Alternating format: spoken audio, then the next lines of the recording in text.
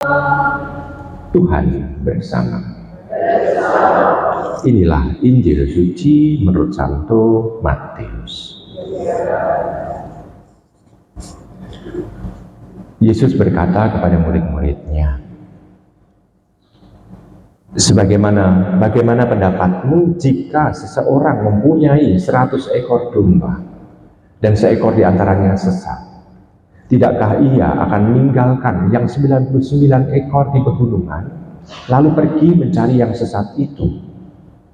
Dan aku berkata kepadamu, sungguh, jika ia berhasil menemukannya, lebih besarlah kegembiraan atas yang seekor itu daripada atas yang ke-99 ekor yang tidak sesat.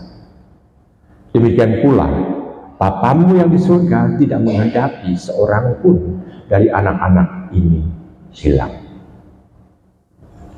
Demikianlah sabda Tuhan. Dikatakan dalam bacaan Injil di sini, lebih besarlah kegembiraan atas yang seekor itu daripada yang ke-99 ekor yang tidak sesat. Kita bayangkan di sana bahwa seolah-olah gembala itu sibuk mencari yang sesat. Jadi kesibukannya bukan untuk menggembalakan, tetapi justru untuk mencari yang sesat. Dalam kisah ini ya, dalam perumpamaan dalam bacaan Injil ini, padahal tugas gembala adalah mengembalakan, tetapi dia mencari yang sesat. Ternyata dari yang digembalakan itu, dari gembala yang teliti, tetap saja ada domba yang menyesatkan diri. Karena kalau tersesat itu kan sebetulnya kan tidak sengaja tersesat, karena kata ya biasanya. Kalau disesatkan berarti ini memang ada oknum lain yang menyesatkan. Nah, kalau itu domba tersesat yang tidak sengaja, apakah bisa? Kalau tidak dombanya sendiri yang menyesatkan diri, tetapi gembala tetap sibuk mencarinya. Sesuatu yang indah di sana, bahwa gembala tidak kepingin kehilangan dari kawanan yang menjadi tanggung jawabnya. Baik, Ibu Bapak, Saudara terkasih, ini bacaan Injilnya. Nah sekarang, seandainya misalnya nanti ada jadwal pengakuan dosa, lalu ada yang kembali dan mengakukan dosa, kita mengandaikan di sana bahwa ini domba yang sesat itu kembali kepada kawanannya. Kebahagiaan dari gereja itu sungguh-sungguh bisa dirasakan bahwa ternyata masih banyak orang yang mau untuk hidup baik. Tetapi kalau misalnya jumlahnya sedikit, ya nggak apa-apa. Kenapa? Karena mengandaikan bahwa yang tidak mengakukan dosa itu adalah seperti yang 99 yang tidak butuh pengakuan. Artinya orangnya sudah hidup saleh.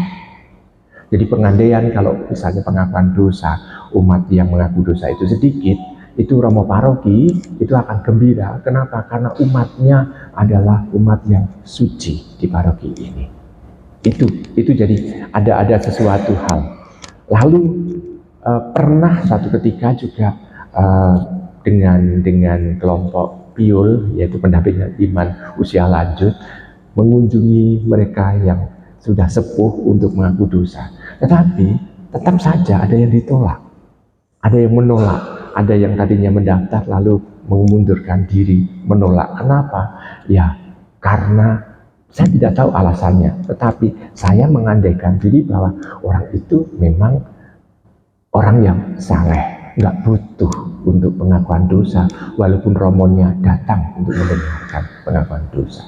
Berarti tampak bahwa memang jemaat ini adalah jemaat yang saleh, dan itu membanggakan kami para romo. Ya, padahal dalam hati kalau umatnya yang mengaku dosa sedikit ya, sidik, ya sarkoso. Ya. Tapi kadangkala kalau ada umat yang banyak sekali mengaku dosa, seolah-olah kami para imam juga dihukum di ruang pengakuan dosa. Karena mungkin dari sore Mungkin selesainya tengah malam mungkin. Ya. Itu juga rekoso. Sing rekoso bukan umatnya tetapi romonya.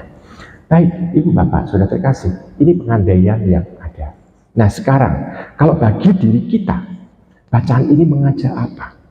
Kebahagiaan, kegembiraan dari Sang Gembala itu tampak bahwa kita itu sebetulnya ditunggu oleh Sang Gembala. Mau nggak kembali kepadanya? Karena kita bisa mengandaikan begini dalam perumpamaan di sini.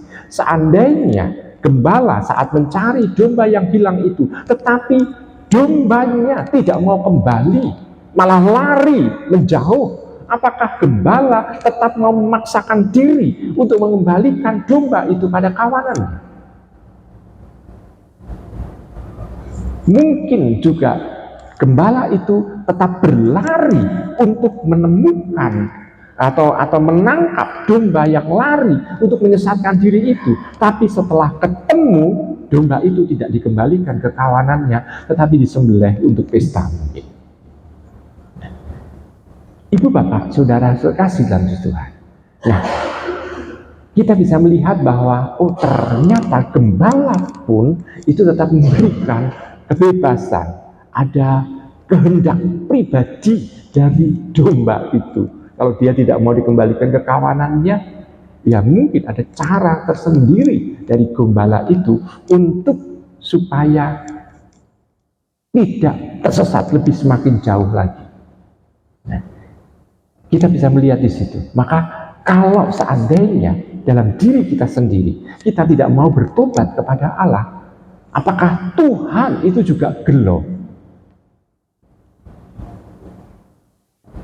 Ini juga pertanyaan tersendiri untuk kita. Tetapi yang jelas adalah kalau orang itu kembali kepada Allah, menjadi anggota kawanannya yang setia, kebahagiaan, kegembiraan yang ada di surga sana pasti juga akan ada. Maka mari kita berusaha selama masa tobat ini kita membuat Tuhan tersenyum pada kita. Janganlah membiarkan Tuhan menunggu kita untuk bertobat, karena jangan sampai kita terlambat. Karena kadangkala ada orang yang mengatakan, ya nanti saya akan kembali kepada Allah kalau sudah tua misalnya. Ya kalau Tuhan menganugerahkan usia sampai tua. Nah kalau mati muda, dia tidak bertobat sampai matinya. Selamat merenungkan.